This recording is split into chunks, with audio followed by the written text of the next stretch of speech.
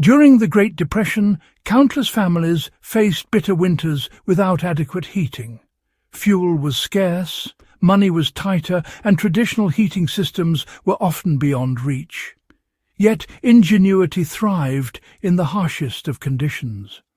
One of the most remarkable survival inventions of the era was the humble tin can heater. It might seem simple or even primitive today, but for families struggling to keep their homes warm, it was a literal lifesaver.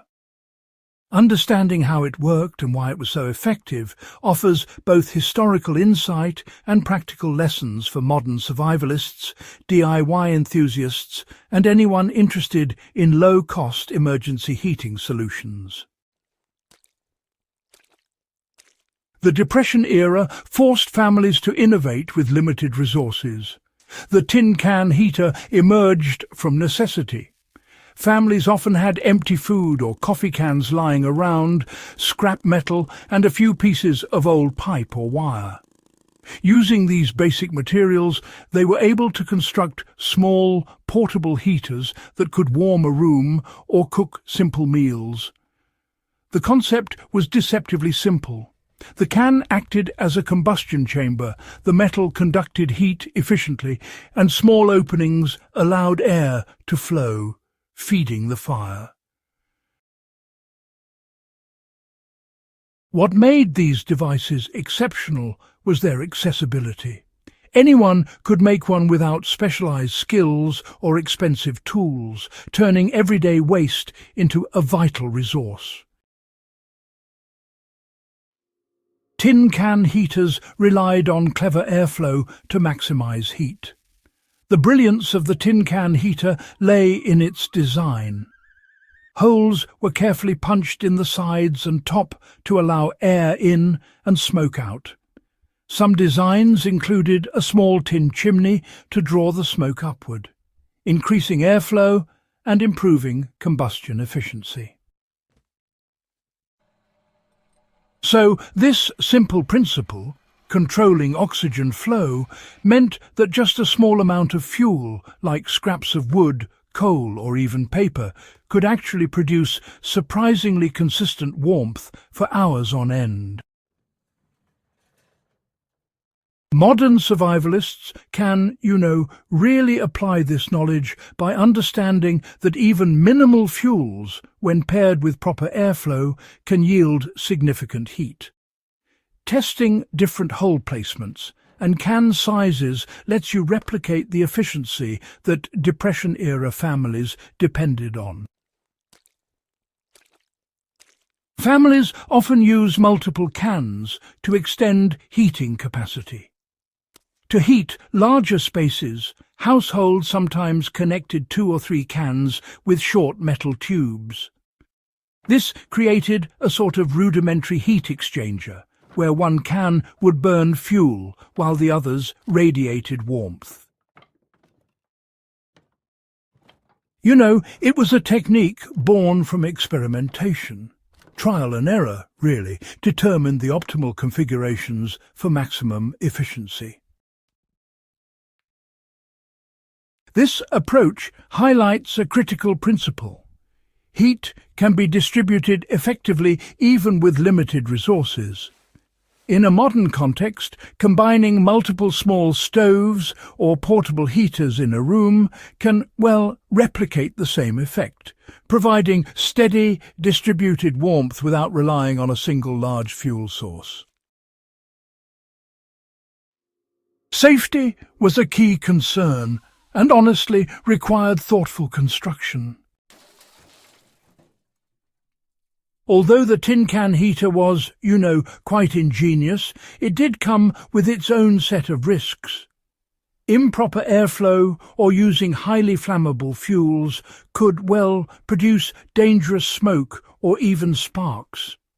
Families learned to place these heaters on non-flammable surfaces, keep a small bit of clearance from the walls, and of course supervise them at all times. Modern enthusiasts can actually replicate those Depression-era designs safely by using larger cans for better stability, creating a good, stable base and limiting fuel to small, controlled pieces. The key lesson here really is that careful construction and a proper respect for fire principles are just as important as creativity when you're designing makeshift heating devices. The tin can heater's legacy, well, it lives on in emergency preparedness even today. Beyond its historical interest, the tin can heater teaches us valuable lessons for our own time. It shows how efficiency and a bit of resourcefulness can turn limited materials into life-saving tools. For anyone interested in bushcraft, survival preparedness or emergency planning, creating a small, controllable heating device using common materials is both instructive and practical. Simple experimentation, testing can sizes, hole placement and fuel types can yield a highly effective, low-cost heat source, ideal for emergency kits or off-grid living.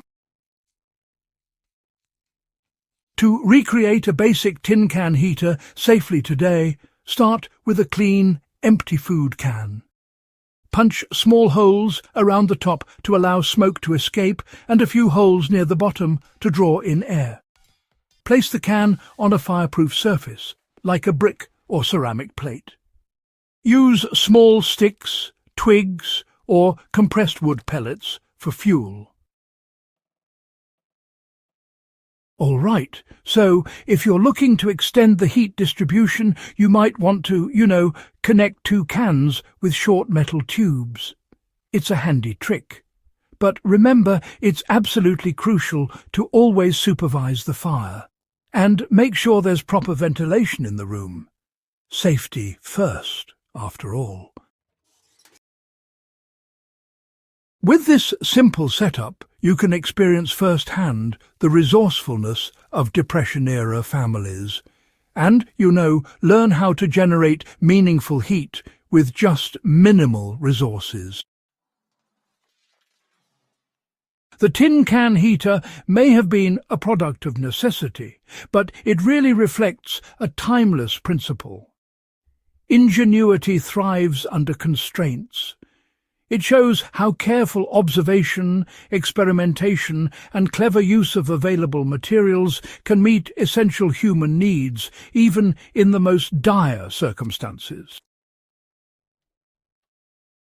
Today, it stands as a reminder of the resilience of ordinary people who, faced with harsh winters and scarce resources, found practical solutions that saved lives and brought warmth to their homes. If you found this guide fascinating and want more insights into historical survival techniques, practical DIY methods and clever tools from the past, go ahead and subscribe to Backyard Wisdom and, share this video with fellow history enthusiasts. Learning from the resourcefulness of our ancestors not only enriches our understanding of history, but also equips us with practical skills that remain relevant today.